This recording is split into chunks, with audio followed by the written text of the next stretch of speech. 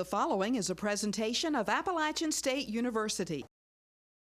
This year's convocation speaker at Appalachian is Christopher McDougall, author of the bestseller Born to Run. A Harvard graduate, McDougall was a foreign correspondent for the Associated Press and has written award-winning articles for the New York Times Magazine, Outside, Men's Journal, Esquire, and other publications.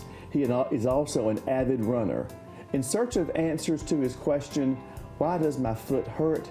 McDougall ran across the Tarahumara Indians in Mexico, and the story that ensued formed the basis of Born to Run. We'll meet this best-selling author coming up on Appalachian Perspective.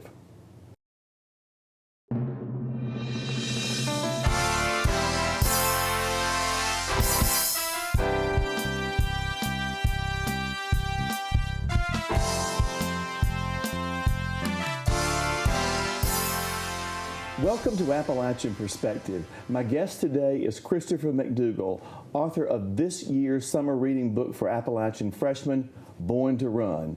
Welcome, Christopher. It's great to have you on campus. I've been having a lot of fun. Thank you. Good. Your comments this morning at the convocation were interesting and inspiring. Before we get into the book and some of your philosophies and all from that, and lessons, life lessons that we can take away from that writing, tell us a little bit about you. Where is home? Where did you go to undergraduate school? What did you do? Just a little bit before. I live in a place that actually looks pretty similar to Boone. It's Lancaster County, Pennsylvania, Amish farm country. Have you ever seen the movie Witness? It was filmed in that same area. Originally, I'm from Philadelphia, so I was a city kid my entire life. And I got a really lucky break. My senior year in high school, I was a pretty mediocre basketball player, and the crew coach came around recruiting big bodies for the rowing team. And he said, you know, big lug, why don't you try out for the team? Luckily, Ivy League schools are way more interested in big rowers than they are in mediocre basketball players. So that got me a crack at Harvard. And I think it taught me a lesson from that point on, which is just half the battle is just turning up. You know, just show up and hope for the best, and good things happen. Now, what did you study at Harvard? I was a psychology major for about 3 months until I realized it involved math. And then I got the heck out of that and switched over to English and enjoyed that. So I graduated with a degree in English. Okay. Now, at some point, you became this reporter for the Associated Press. How did that happen, and where did you go? Yeah, showing up and hoping for the best. I vagabonded around with a bunch of odd jobs for a bunch of years. I was the head of a program for Soviet refugees in Philadelphia.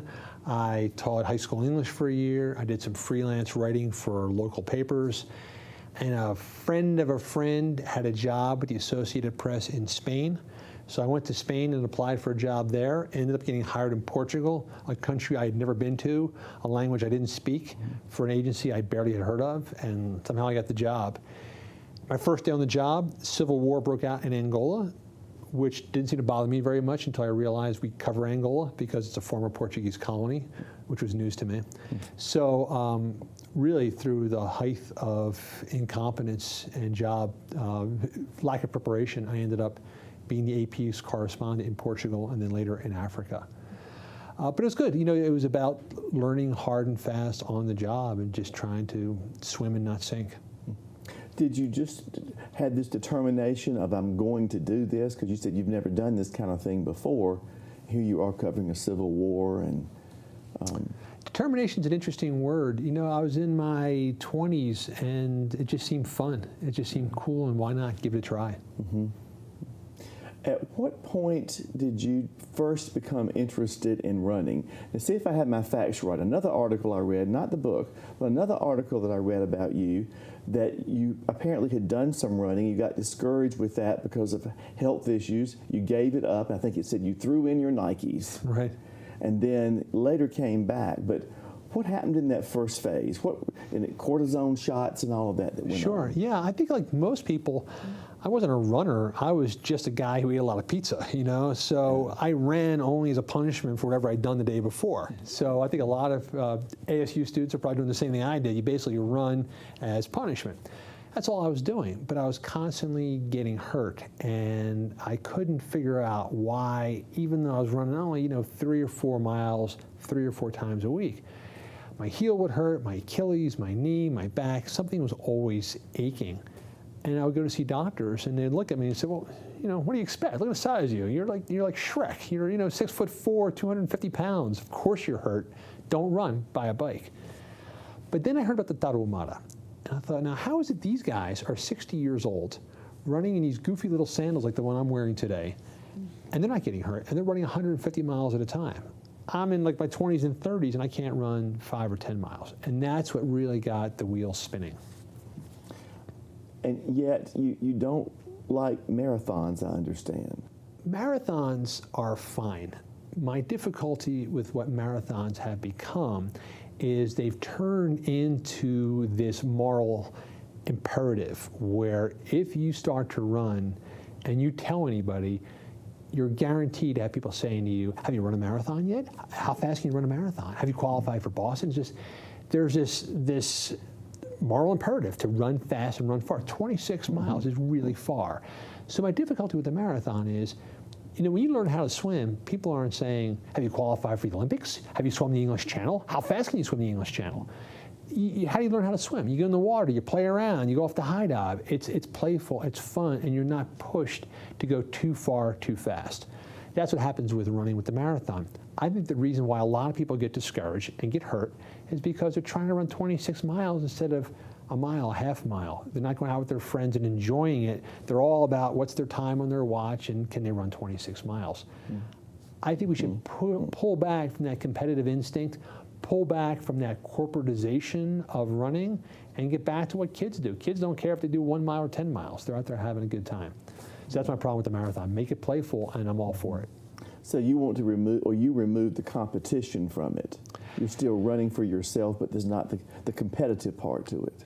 Competition comes later. Competition comes after competence. Nobody who's winning the Boston Marathon wakes up and decides, I got to do a marathon in 4 months. It's a lifetime of training that gets you to the point where now you can compete to win. My difficulty is that people feel the urge or the desire or the need to go fast before they've learned how to run properly. So, well, you jump off a diving board, it's better to learn how to dive properly before you start going off the cliffs in Acapulco. True. So you gave up running for a while. You just said, no more of that. Right. Well, how did you feel at that point in time? What led you back? I read in the book where you were saying, I think it was, where you were saying about you looked around and you realized that animals run, dogs on pavement, kangaroos in the jungle, and that analogy with their feet, and then why not humans? Right. Again, you sometimes get this tunnel vision where what you do in 21st century America, you sort of believe is what everyone has done throughout history. And every once in a while you realize, no, it hasn't always been this way. Running shoes are a brand new invention. They've only been around since the 1970s. So what was happening during all those years in all those countries before the invention of the modern running shoe? People were running. How were they possibly doing it? Native Americans were running 50 to 100 miles at a time. That was the Apache triathlon, was to run 50 miles, engage in hand-to-hand combat, steal a bunch of horses, and ride back. Like that was a day at the office for an Apache. So how is it they're getting away with that in moccasins, and we're told that we need to have these cushion, motion-controlling shoes? So then I started looking around at the rest of the animal kingdom, and when you put it in that perspective, you realize there's only one other animal on planet Earth that wears shoes, and that's because we grab them by the leg and hammer it to their feet. So what makes humans so uniquely fragile that we need these cushion, motion-controlling running shoes? Now, I'm not saying that you don't need protection. A little bit of protection for your feet, that's good technology. Where we got into trouble was when we started to get into the area of correction, where we try to control what the foot does and elevate the foot and support the arch and the rest of that. No other animal on planet Earth wears these kind of things, and they seem to do really well. They don't get running injuries, and we do. So that's what really got the wheels turning in the first place. Okay. Yeah, this morning in your convocation address, you talked about this group of people climbing grunts. Right. Tell us about those, and tell us about what they do and your experience with them. I have to recommend another book called The Wild Trees by Douglas Preston. I came across this book by chance, loved it, and introduced me to a world I'd never heard of before. And these are amateur tree explorers. These are guys, one of the greatest tree explorers in the world is a supermarket manager. But he punches off the clock and he goes off into the redwood forest, and he's got a little laser sighter and climbing equipment. And what he's trying to locate is the oldest, biggest, tallest tree on the planet. Some of these things are 350 feet tall. The only way you can find out if it's 350 feet is if you get up there and drop a tape measure down. So I became interested in this world, and what's so fascinating about them is very few of these people actually make a living by this, and the only ones who do are just basically the landscapers, tree toppers. The rest of them are just out there for fun, out there for obsession and passion and enjoyment. And I just love the fact that there are guys out there spending their weekends deep in the forest, risking their lives at the top of the trees just because it's the challenge. Interesting story. Interesting. Yeah, right. Yeah, interesting.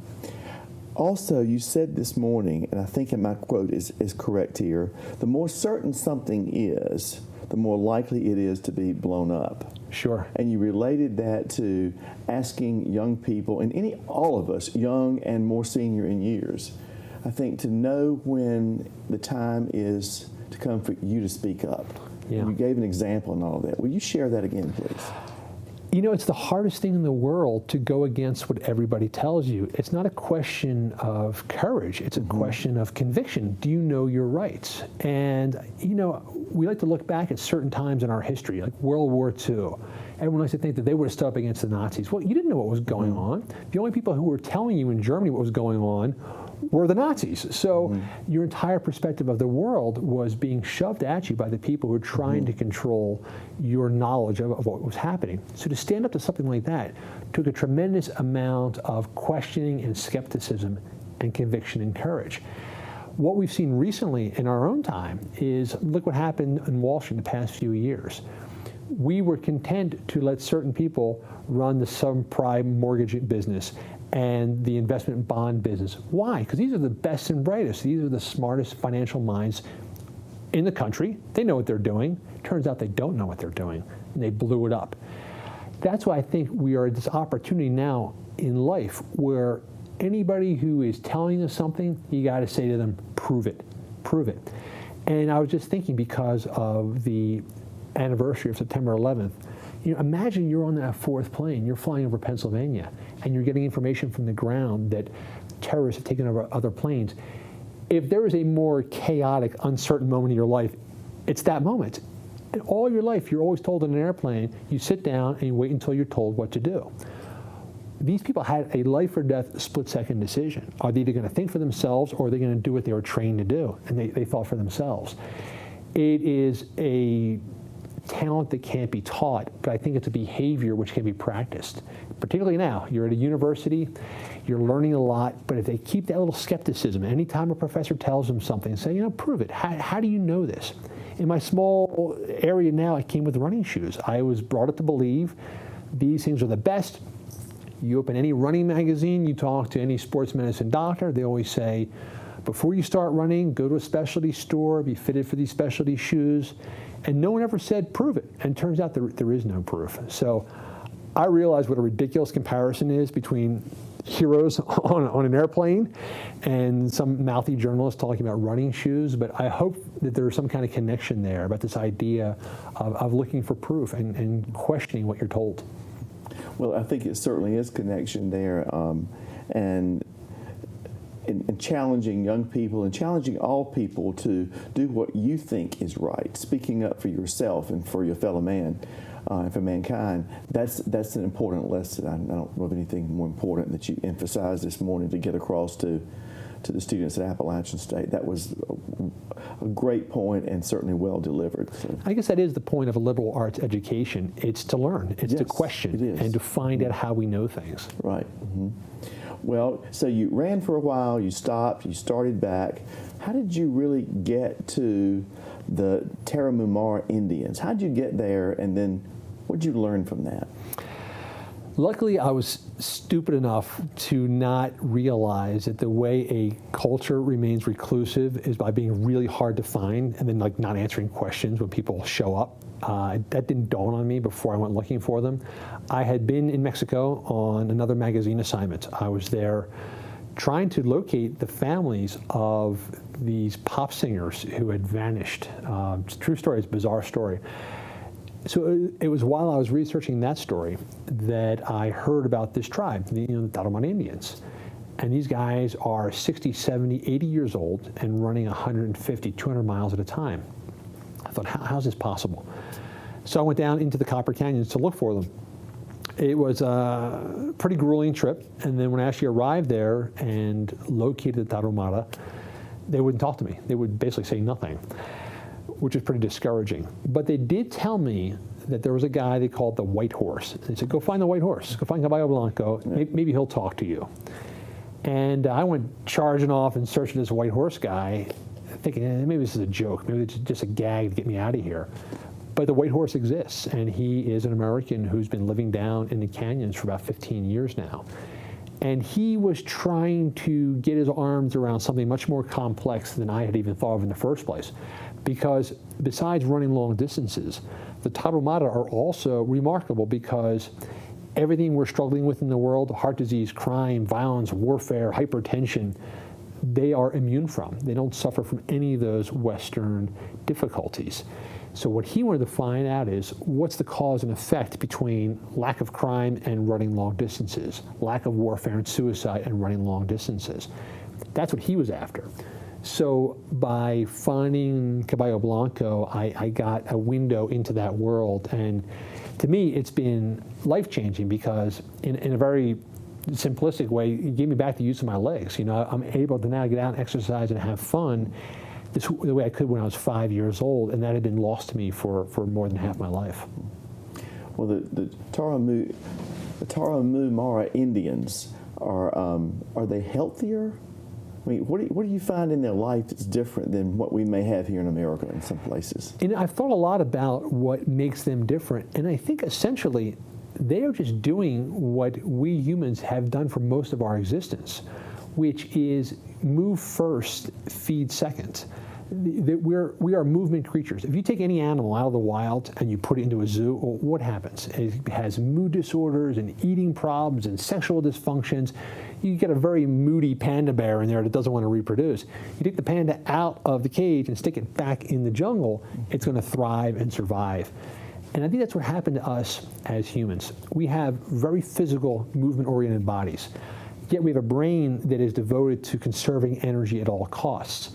Unfortunately, at this point in our existence, the brain is winning the battle. We've found fantastic ways to never move our bodies at all, and the body is suffering. You look at the Tarahumara and other cultures which are still moving, the whole day becomes oriented around moving the body, which means then your eating falls into place. If you're going to go for a 20-mile run, you're not eating 1.5 pounds of pasta for lunch. Right. You're sleeping better, you're more relaxed, the stress is down, you're doing it as a community. So essentially, I think they are just living the way the human animal has always really been created to live. We've always lived like that. Yeah. And barefoot. Right. Do you run barefoot yourself? I do, and I never thought I would. When I was researching the book, the only barefoot runner I knew is Barefoot Ted, who, if you've read the book, right. A guy drinks his own urine. Mm-hmm. I pretty much end my character summary right there. Yeah. I never thought I would follow in his footsteps, but I've found over time that the question is not about what you're wearing on your foot, it's what you're doing with your foot. And the best way to learn how to run properly is take the shoe off. Same way if you want to learn how to juggle something, take the gloves off. Get that sensory input, remove the blindfold. Mm-hmm. Take the shoe off, it's like taking off your blindfold. Mm-hmm. In addition to the running, which would certainly strengthen heart and cardiac health there, what other things, health-wise, did you learn from this tribe, superhumans? That's the thing about it is that you can sort of see the connection between lack of heart disease and running. I get that part, but I didn't get the social benefits. And what I started to realize is that if this is what we are uniquely capable of doing, running long distances, then maybe other things are true as well. You can't run long distances and try to run another animal to death for food unless the whole group is out there together collaboratively. And what you start to find is that maybe by restoring that natural function, we start to get other benefits as well, psychological, social, governmental. What about their health habits, their eating habits? What can you say that's something that you learned that's a good thing to do? Or? Yeah. So I had this one experience. We're down at the bottom of the canyons, and we've been out there for a week at that point, and I was pretty dehydrated and hungry, and we just discovered that we were now going to have to hike back up out of this gigantic canyon and go looking for this white horse guy. And I was pretty trashed. I didn't think I could make it. And this guy named Angel says, hey, hang on a second, I got something for you. And he scoops up this cup, and he says, have a drink of this. I'm like, yeah, right. Yeah. It looked like fish eggs in a cup. And he said, no, you'll like it. It's Ischiate. And that name rang a bell. There was an explorer from the 1800s named Carl Lumholtz who had been down in the Copper Canyons with the Tarahumara. And he had written about this stuff called Ischiate. And he said, I was at the bottom of a mountain and I was exhausted, and a Tarahumara woman gave me some Ischiate, and suddenly new energy flooded through my veins. And I'm like, all right, it's good enough for him, I'll try it. And I did drink it. And I don't know if it was psychosomatic or if it was actually physiological, but I started to feel much better and ended up going up that mountain with no difficulty. So what is that drink? It is chia seeds. And chia used to be one of the big cash crops of the Americas. The Mexican state of Chiapas is named after Chia. It's the Mayan word for power. And chia seeds, if you have a chia pet, you are one step away from actually having chia seeds. Little black seeds. I prefer to soak them in water, and they'll sort of gel up. But you can eat them in any form at all. And nutritionally, they are incredibly calorically dense. I can't tell if the boost I'm feeling is from the chia seeds or from the Haagen-Dazs. I just ate 2 hours before that. Right. But nevertheless, I do feel a physical boost from these seeds. Yeah. I've started trying that. Now, I don't put it in water that way. I try it on cereal in the mornings. Right. As we talked a while ago off camera, I don't really know if that's what's making a difference. But psychologically, I don't know whether it's psychological or physical, but it does make a difference. Right. Yeah. It's not just scooped up, like you said, in water. Was this mixture in water? Yes. Yeah. Okay. It was soaked in water. And one thing about chia seeds is they will soak up to like 10 times their weight in water. So they actually do look like little fish eggs. But it's a really healthy way to both get nutrition and to rehydrate. So the tribe itself that you learned from eating things, eating habits, and from running, I had taken the name of that book and sort of said, this tribe born to run. But am I hearing you say it's more than that all of us in the human race, that we're sort of born to run? There's been this anthropological mystery for a long time, which is, how did our heads get so big? How did our brains get so big? Because our brains soak up like 30% of our caloric energy, goes straight to the brain. But here's the problem. 2 million years ago, you had early humans with no projectile weapons. So if they were actually going to get enough caloric energy, they had to be killing other animals. But if we didn't have weapons, how are we killing these other animals? We weren't chasing them and bashing them with a rock. So what were we doing? And the evolutionary theory is what we were doing is what's known as persistence hunting. You go out on a hot day with a bunch of your buddies, you pick out an antelope, and you chase that antelope until it runs into heat exhaustion. We are uniquely advantaged in the fact that, like you and I, more than most people, are free of hair. And by this absence of hair, we don't have fur and pelt. So we vent heat by perspiration. Most animals vent heat by respiration. So there comes a certain point where they can either get in oxygen or cool off, but they can't do both at the same time. We can. And that gave us this advantage. So there is a very strong anthropological theory that for most of our existence, the only natural advantage we had in the wild, we're not strong, we're not fast, we can't swim very well. The one thing we can do that no other creature can do is run really far on a really hot day. Very interesting. The born to run, and I like that discussion and that point. The people that we talk to sometimes say, I can't run, I'm clumsy, one foot doesn't get in front of the other. And they're just, you don't know whether that's an excuse or whether there's something real to that. From your experience, what about that? What about people that say, I can't do that. I'm not wired that way. I say lowest common denominator. I mean, I had sports medicine doctors look me in the face and say, why are you doing this? You are not meant to run. Look at the size of you. You should not be running. The impact is bad for human bodies, especially when they're that size. So if anybody was professionally judged to be not able to run, it was me. And I was perfectly happy hearing that because I didn't particularly want to do it either. It's like being told you can't be punched in the face anymore. Fine.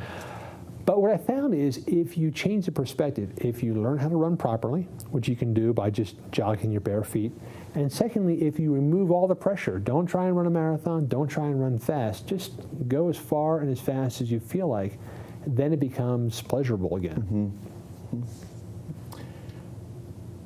After you're back in the running mood now, you've written the book, traveling around doing speaking engagements on it. How has your life changed from a person that was a reporter for the Associated Press, now best-selling author? You blew the top off all the rankings in terms of that with the New York Times bestseller list for months. How has life changed? Not that much, to be honest.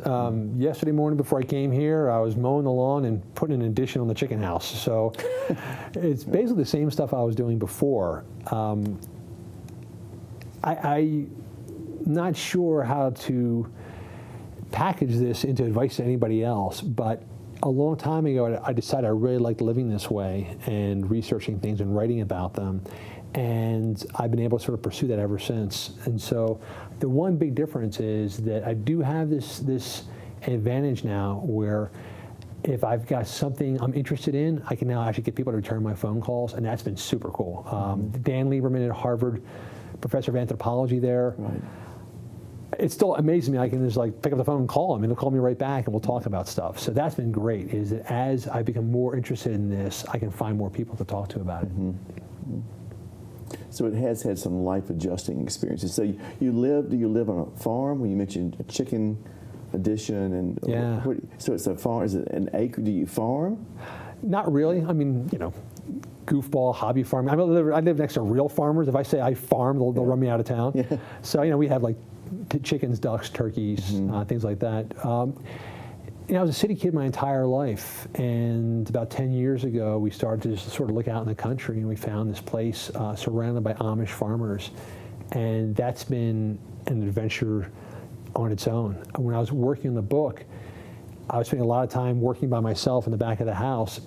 Amish farmers often will need a ride someplace, and they can't drive themselves. So any farmer that needed a ride, I was like, I'll go, anything not to work anymore. So I found myself immersed in this new world. So as I was writing about one world, I was also living in another one. It's just been cool. I just really like it out there a lot. And again, it makes me think that, maybe there's just something to this, that we are of the earth, and getting back to it is just such a calming and rewarding way to be.